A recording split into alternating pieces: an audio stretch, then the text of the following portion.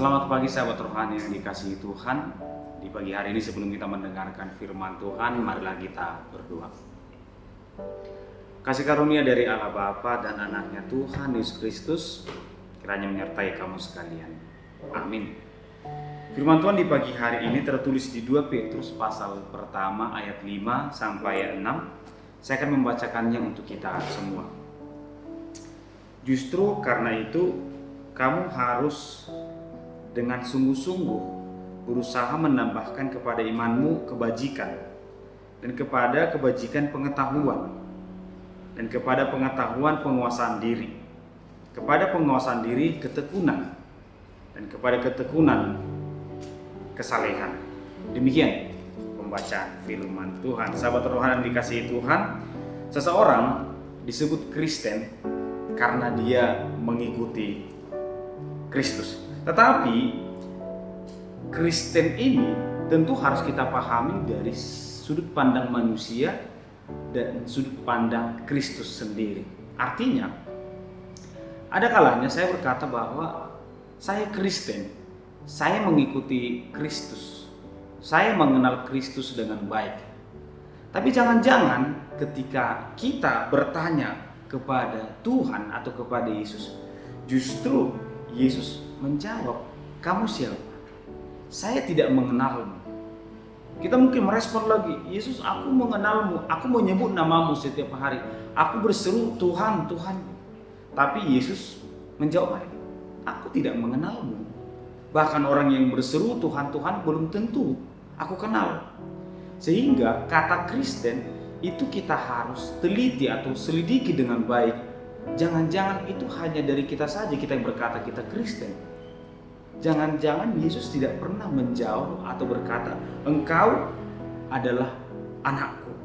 Atau anggap saja kita mengikuti Kristus, namun ternyata tiba-tiba kita terguncang dan kekristenan kita itu justru tidak nyata. Awalnya mungkin kita sangat setia berdoa, kita berkata terima kasih Tuhan karena kehidupan kita sangat baik. Tapi karena sesuatu hal terjadi, justru kita tidak mau berdoa, kita tidak mau beribadah. Jadi persoalannya ada dua. Tidak mengikuti dengan benar, tidak menjadi Kristen dengan cara yang benar, dan terjadi perubahan di pertengahan.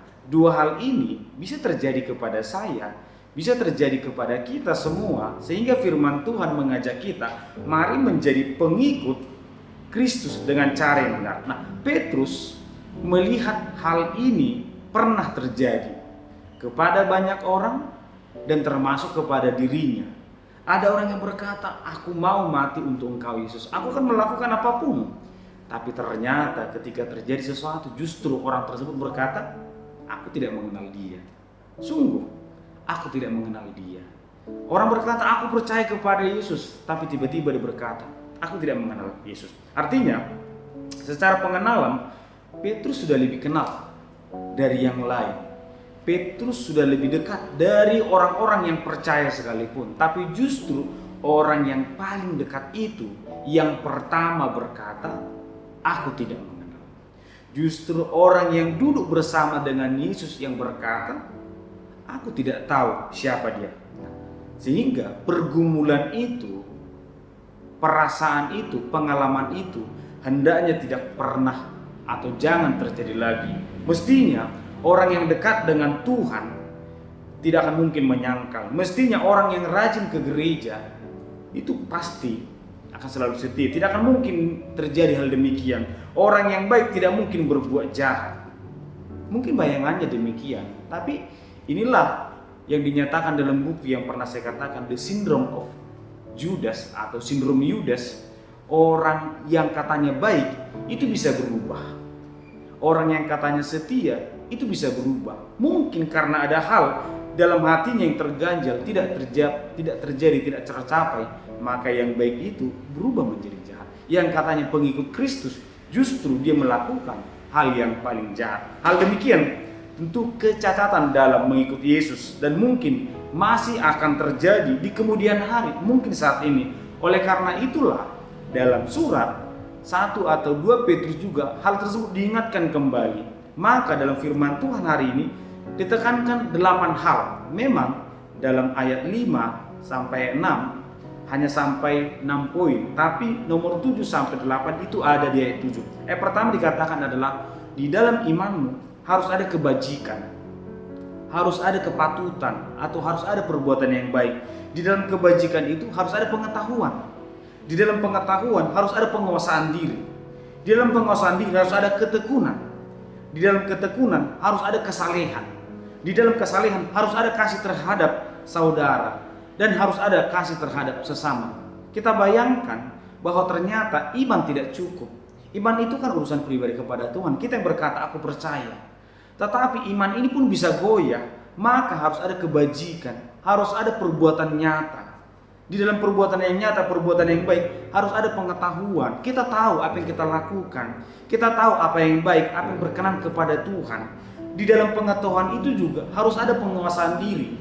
Karena ternyata meskipun kita tahu mana yang baik, kalau kita tidak bisa mengendalikan diri, kita bisa seperti Yudas. Mungkin kita tahu apa arti sabar, tapi kalau kita tidak memiliki penguasaan diri, kita akan sama seperti mereka yang pernah jatuh. Di dalam penguasaan diri harus ada ketekunan. Apa yang saya tahu baik saya lakukan, dan itu harus tabah, harus terus menerus. Itulah ketekunan. Dan di dalam ketekunan harus ada kesalehan, kepatuhan kepada Tuhan, rasa hormat kepada Tuhan, bahwa apapun yang kulakukan ini semua untuk Tuhan, sehingga godaan apapun, goncangan apapun tidak akan mengubah pendirian saya. Nah, yang menarik adalah di dalam kesalehan harus ada kasih terhadap saudara, dan yang terakhir kasih terhadap sesama. Agak menarik, mengapa kasih ini perlu? Ini menarik memang karena ternyata iman itu bentuk nyatanya itu harus nyata kepada orang lain, kasih kepada orang lain. Iman dan kasih itu saling membangun. Tapi menariknya, mengapa Petrus memisahkan kasih terhadap saudara dan terhadap orang lain? Bagi orang Yahudi mungkin kasih itu jelas hanya kepada kita semua. Tapi itu tidak cukup. Kasih itu juga harus nyata kepada orang lain. Kita jangan hanya mengasihi orang yang di sekitar kita, tetapi juga kita harus mengasihi orang lain yang ada di luar sana. Oleh karena itu sahabat rohani yang dikasihi Tuhan, Petrus sadar bahwa dua hal itu berbeda, yaitu mengikut Kristus, bahwa kita juga akan pernah tergoncang, ini pasti akan pernah terjadi. Tapi pada akhirnya kita semua yang mengatakan diri kita beriman, itu harus mengasihi. Kita mengatakan diri kita percaya kepada Tuhan, kita harus setia, kita harus tekun. Maka mari kita teliti, bagaimana kita saat ini? Bagaimana pengakuan kita? Masihkah sebatas aku percaya? Semoga tidak pernah berpuas diri hanya berkata, aku sudah Kristen, aku sudah mengikuti Kristus. Tapi kita teliti, sudahkah aku tekun? Sudahkah aku menguasai diri? Jangan-jangan imanku masih gampang. Tidak cukup hanya berkata, aku percaya kepada Yesus. Tapi mari merenungkan apa yang Tuhan mau. Sehingga ketika saya berkata, aku percaya, aku mengenal Yesus. Dan Yesus juga merespon, aku juga mengenalmu, engkau juga anakku. Semoga Tuhan memberkati kita. Kita berdoa. Terima kasih Tuhan, kami bersyukur di pagi hari ini untuk firman yang menyapa kami, yang mengingatkan kami tentang pengenalan akan Tuhan.